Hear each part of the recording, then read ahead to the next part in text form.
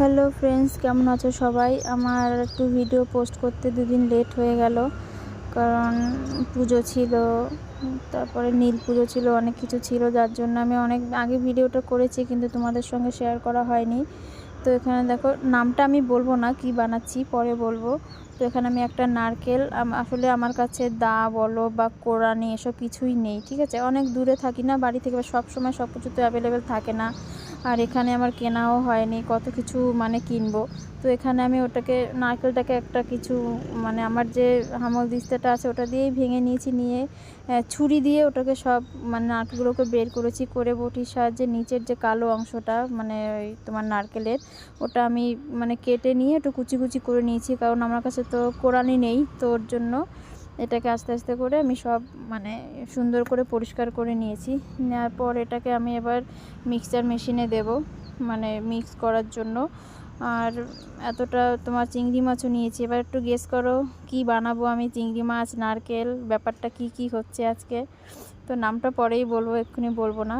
তো যে মানে যতটা পরিমাণ তুমি নারকেল নেবে ঠিক অতটা পরিমাণে চিংড়ি মাছটা নিতে হবে। এবার দেখো সুন্দরভাবে গ্রেন্ড হয়ে গেছে। এটা আরও মিক্সড করলে আরও বেশি ভালো হয়, মানে যত মিহি করবে তত খেতে সুন্দর লাগবে। এখানে দেখো আমি চিংড়ি মাছও নিয়ে নিলাম, আর তার সঙ্গে কটা কাঁচা লঙ্কা নিয়েছি। এই আমার কাঁচা লঙ্কার পরিমাণটা দেখে তোমরা ভয় পাবে না, ভাববে মনে হয় যেন বেশি ঝাল খাই, সেটা না। এখানে লঙ্কাগুলোতে একদমই ঝাল নেই, যার জন্য অতটা বেশি দিয়ে তারপরেও ঝাল থাকে না। তো এখানে দেখো ওর মধ্যে নারকেলের বাটার মধ্যে আমি চিংড়ি মাছের বাটাটাও দিয়ে দিলাম, তার মধ্যে লবণ, হলুদ আর একটুখানি তোমার লঙ্কার গুঁড়ো দিয়ে দিয়েছি, আর একটু বেশি পরিমাণ সর্ষের তেল, আর কয়েকটা তোমার গোটা চিংড়ি মাছও দিয়ে দিলাম ওর মধ্যে, দিয়ে সুন্দরভাবে এটাকে মাখিয়ে রাখতে হবে একদম। লবণটা একটু কম দেবে, কারণ এটা তোমার নারকেলটা একটু মিষ্টি হয় না, ওর জন্য লবণটা একটু কম দিতে হয়, বেশি দিলে আবার লবণ পোড়া লাগবে, মানে লবণ পোড়া মনে হয়, তার জন্য একটু কম দিলেও কোনো অসুবিধা নেই। তো এখানে দেখো এই একটা কলা পাতার মধ্যে আমি এখানে ফ্রাই প্যানে, মানে যেমন পাতুরি করে ঠিক সেই স্টাইলেই এটা হবে, তো পাতুরির মতো আর কি। তো আমি কলা পাতার মধ্যে এটাকে সুন্দরভাবে একটু গোল মতো করে নিয়েছি, আর বেশি পাতলা করব না, একটু মোটা রাখবো, ঠিক আছে? দেখতে অনেকটা কেক মতো লাগছে, ব্যাপারটা খুবই ভালো। তো হালকা এই উপর দিয়ে দেখো একটুখানি আঙুল দিয়ে একটু ছিদ্র ছিদ্র টাইপের করে দিচ্ছি, যাতে ওর মধ্যে বাষ্পটা তাড়াতাড়ি চলে যেতে পারে ওর জন্য।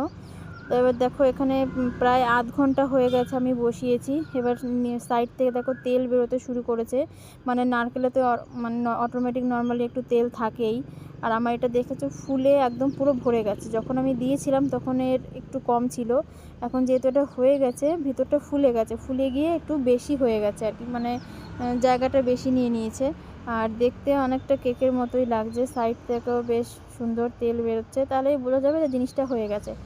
এবার কি কেউ গেস করতে পারছো যে জিনিসটা কি বানাচ্ছি আমি? একদম মানে কি বলবো, ভীষণ টেস্টি একটা খাবার, গরম ভাতের সঙ্গে শুধু এইটা ব্যাস, আর কিচ্ছু লাগে না খেতে। তো দেখো পাতার নিচটা আমাদের বুঝতে হবে, যখন পাতাটায় দাগ লেগে যায় তখনই বুঝতে হবে যে নিচের পাশটা হয়ে গেছে। দাগ না হলে যতই টাইম হোক, দাগ যদি না বসে তাহলে ভাববে যে না, আবার বেশি তোমার গ্যাসটা বাড়িয়েও দেওয়া যাবে না, একদম লো ভোল্টেজে রাখতে হবে। তো আমার নিচের পাশটা হয়ে গেছে। আমি তোমাদের আগের ভিডিওতে বলেছিলাম যে পাতা উল্টানোটা আমি দেখাবো, যে কিভাবে আমি পাতুরি করি আর কিভাবে পাতাটাকে উল্টাই। তো এখানে আমি প্রথমে একটা থালার মধ্যে পাতাটা আস্তে করে নামিয়ে নেব, নেওয়ার পরে আর একটা কলা পাতা উপরে চাপিয়ে দিয়ে তার উপরে একটা থালা চাপিয়ে দেবো, যাতে পড়ে না যায়, গ্রিপ রাখার জন্য। তো এবার এই দুটোকে একসঙ্গে ধরে জাস্ট উল্টে দেব একদম সুন্দরভাবে। দেখো কি সুন্দর উল্টে গেল, ও পাশটা হয়ে গেল, নিচটা কি সুন্দর হয়ে গেল। এবার আমি উল্টে দিয়ে যেটা উপরে পাটটা ছিল সেটা নিচে চলে গেল। এরকমভাবেই আমি পাতুরি করি, সে মাছের পাতুরি হোক বা যে কোনো পাতুরি। আমি ওই কলা পাতায় পেঁচিয়ে তেলের মধ্যে ভাজি না, ওটার টেস্ট একটু অন্যরকম। আর আমি যেভাবে করি এটা আমার শাশুড়ি মা শিখিয়ে গেছে, মানে বিয়ের পর প্রথমেই মনে হয় আমি এটাই খেয়েছি। আমাকে এই, যেহেতু আমি নারকেল খাই না তার জন্য আমাকে বলছে ঠিক আছে তুমি নারকেল খাও না, তোমাকে একটা জিনিস খাওয়াবো। তো এই রেসিপিটা আমাকে করে প্রথম খাইয়েছিল, আমার খেতে সত্যি অনেক ভালো লেগেছিল। তো এবার বলছি এটার নাম কি। এটার নাম বলে চিংড়ি মাছের পিঠে। সত্যি সত্যি এটার নাম হচ্ছে চিংড়ি মাছের পিঠে, মানে অ্যাকচুয়ালি পিঠে না, চিনি টিনি দিয়ে কিছু না, এটাকে চিংড়ি মাছের নামটা হচ্ছে চিংড়ি মাছের পিঠে, মানে চিংড়ি পাতুরি উইথ তোমার নারকেল দিয়ে চিংড়ি পাতুরি করা, তো এটাকে চিংড়ি মাছের পিঠেই বলে। তো এটা মানে আমি যত পাতুরি আমি শিখেছি, মানে আমার বাপের বাড়িতে এসব হয় না, শ্বশুরবাড়িতেই বেশি পাতুরিটা হয়। তো আমার যত পাতুরি শেখা সব আমার শাশুড়ি মার থেকে শেখা, থ্যাঙ্কস টু হার। তো এই রেসিপিটা অনেকদিন পর আমি করলাম, খেতে মানে কি বলবো, অসাধারণ অসাধারণ খেতে। যারা নারকেল খাও না তারা একদিন এই রেসিপিটা করে দেখো, সত্যি আমার নাম মানে মনে রাখবে যে না, আমাকে একটা সুন্দর ভালো একটা রান্নার ভিডিও দেখিয়েছে। তো এখানে শুধু লবণ দিয়ে তুমি একটু শুধু মাখাবে, মাখিয়ে খেয়ে নেবে, ব্যাস তোমার মানে আর কিছুই মানে লাগবে না ওর সঙ্গে, এত সুন্দর খেতে।